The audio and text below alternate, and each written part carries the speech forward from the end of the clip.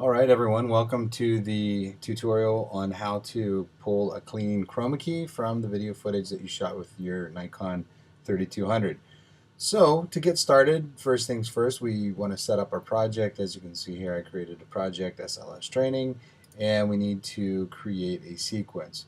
To do that, we're going to click on the new item button down here in the bottom of the project window pane. So we're going to click new item and we're going to create a sequence. A sequence is where you do all of your editing for your video project. And the other thing too is that we're going to want to match our codec with the codec that we shot with the camera. And we're going to use DNX 290 1080p 5994. The reason for this is that it has a 422 chroma subsample as well as the same frame rate that you shot with your camera. So this is going to give us the best potential for a clean chroma key whenever we start working with our footage. When you start working with your footage, there's a few things you're going to want to do, which is number one, prepare your media. I have the video footage that we shot, and this is on a Mac or an Apple computer, which it's going to be the same for you on a Windows computer as well. Once you get inside the software, it's going to look the same. How you save your video footage is, of course, up to you. Your system organization is going to be what it is. So we see here that we have Scott, and we have a background that I shot up in San Francisco. Obviously, the lighting is not going to match completely because this is outside and he's inside here, but I own the media, so that's what we're going to go with. You want to light your subject matter according to what you're going to be compositing them onto. So if you're shooting to composite them in a room that is lit with tungsten, you're going to want to light them with the tungsten bulbs. If you're shooting for a daylight or an outside scene, you're going to want to use the 5600 Kelvin. The tungsten is 3200. Preparing our media, let's bring it in. So we're going to right click in the project window, click import from the pop-up menu. Bring in both Scott and our background. So we'll import those video files, and as you see here we have those files.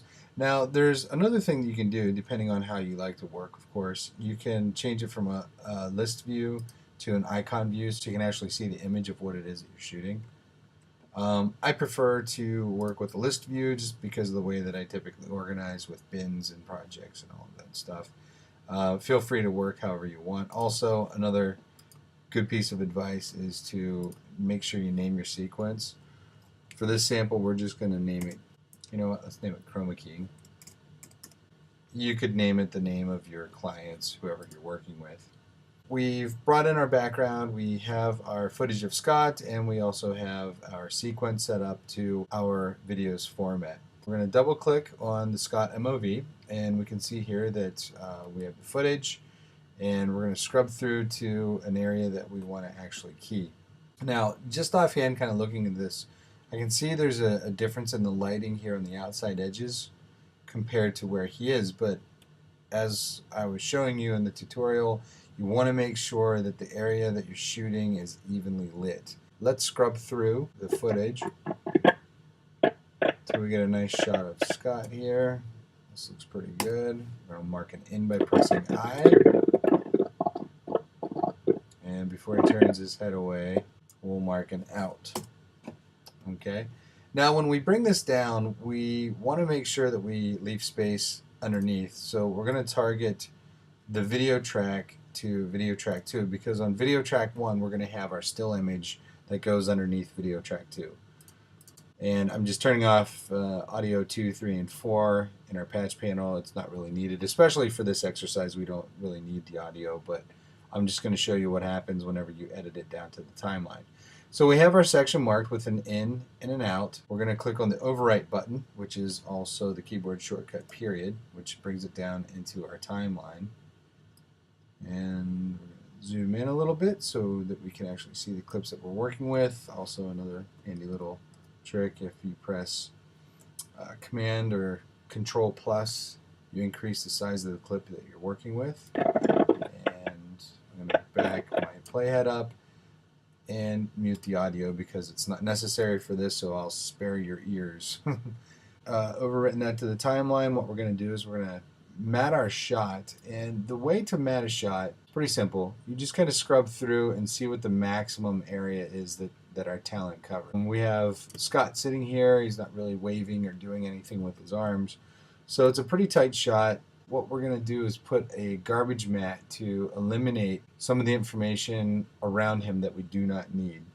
So to do that, you can go into your effects, go into your video effects, go into keying, and here we have an 8-point garbage mat. You could use a 16-point if you want to, if you have some complicated movement or complicated matting. For this purpose, we only need the 8. We could actually get away with the 4, but I just want to show you what this looks like.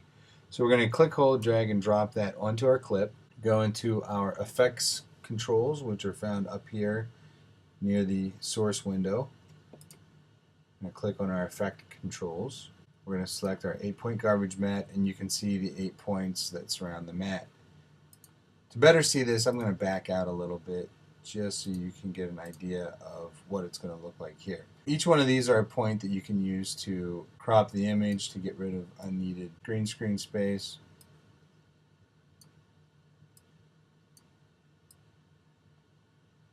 And now that we have our image cropped, we're going to scrub through to make sure that we don't cut off any action and we look pretty clean, so that's good. The next step, of course, is to add our ultra keyer. Here in the keying, we're going to scroll down till we see the ultra key. Click, hold, drag, and drop that onto our clip as well, and you can see here in the effects control that it showed up. The quickest way to get to an end result is some of the settings that they already have in the ultra key. A really good choice is aggressive. We're going to start with an aggressive setting. We're going to click on our eyedropper. Let's go ahead and fit that to our screen. I'm going to click on the eyedropper, and I like to try and get close to the subject matter as possible because that's the color that you're going to be working with in terms of keying. And as you can see, just in one click, I mean, it was a pretty clean pull. And that's a good indication of even lighting and also powerful software. You can see here that we have a really clean mat on the outside. If we zoom in a little bit, let's take a look at what we're dealing with here. So we get a little closer and we can see very, very subtle gradations. We got a little green here reflecting into his cheek area, his neck. So we'll have to deal with that. A little bit of green here. Very, very subtle. And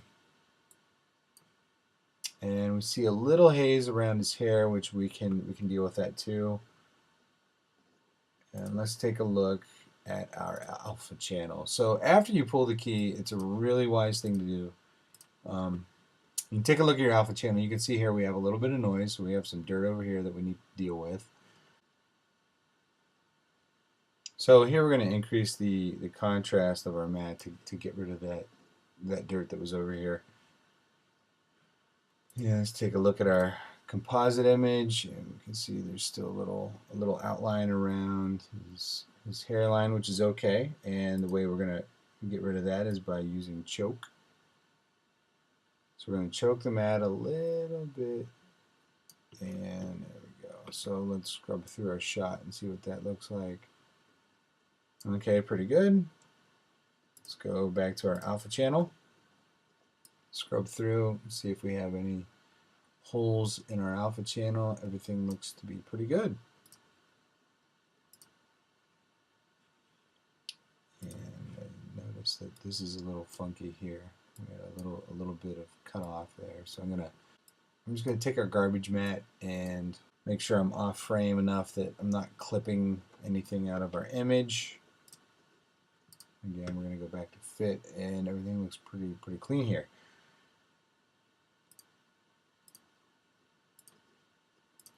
So in the ultra keyer, what we did is we basically went in and we adjusted the contrast and we adjusted the choke a little bit just to get a little tighter on the image and to get rid of the dirt that was over here in terms of our leftover chroma keying, so we have a nice clean alpha channel. So we're going to go back to the composite and let's put in our background. So we're going to go back to our project window. We're going to double click on our background. We're going to back up our time code indicator, our playhead, and we're going to mark an in at the beginning, and we're going to mark an out at the end of our shot. And this time we're going to target track 1 and overwrite the video into 1. We'll just do a fit to fill, just make sure it's all in there. All right. And here we have the composite. So as you can see, it's a really clean key, which is nice because we knew that we had even lighting. Now another thing that you can do with your background is once you have your talent in their place, there's another neat effect in here, which I'm just going to use the search field, and we're going to put a Gaussian blur on our background image. Go into our effect controller, and we're going to increase the blurriness, just get that depth of field kind of look. There we go. Now let's take care of this green here around his chin. So we do have a little spill. So what we're going to do is we're going to select our video again, go into our Ultra keyer, and what we want to do is we want to now work with our spill suppression. So I'm going to click the disclosure triangle for the spill suppression. A really great aspect of this is that you can work with the desaturate, and the desaturate is targeted more on the pull, the color that you pull, the hue. So we're going to desaturate this. Okay, we do lose a little bit of his color. That's okay. Another thing that you can do is actually use the spill suppression. And we're going to bring some of that color back into his face a little bit. Okay, there you go. And that got rid of the green that was reflecting onto his face. Let's scrub through again to make sure that everything is working fine. Well, now that we have a nice, successful, clean key pulled, every image is going to be a little different. And once you have it, this can actually be copied and pasted onto other shots. So if you're dealing with the same person in the same background, you can simply copy and paste the effect onto that person as well, just by simply copying and pasting. Now another thing that you have is the ability to work with color correction, and this does affect the source image, which is our talent. After we desaturated it, we did lose a little bit of the color in this. We're going to bump up our saturation just a little bit, just to get some color back into his cheeks. With a talky head, people have a tendency to look at the actor's eyes first and foremost because they feel as though they're having a conversation. That's the first place that we go to look. But everything looks really clean. All right, so that's it. Well, I hope this is informative. Make sure you check out the PDF that goes along with this to sort of explain some of the other parameters that go along with the Ultra keyer, because again, every shot is different, every setup is different, but if you can keep the talent away from the green screen as much as possible, back the camera further away, and telephoto in, you're going to get a nice clean key, and I think you're going to have a lot of success with that camera. And the other great thing about that is once this key is pulled, you can reposition him if you want to. So you can have the freedom then to sort of adjust and place your characters where you need to. But as you can see, this looks pretty good. I hope this is helpful. As always, happy editing.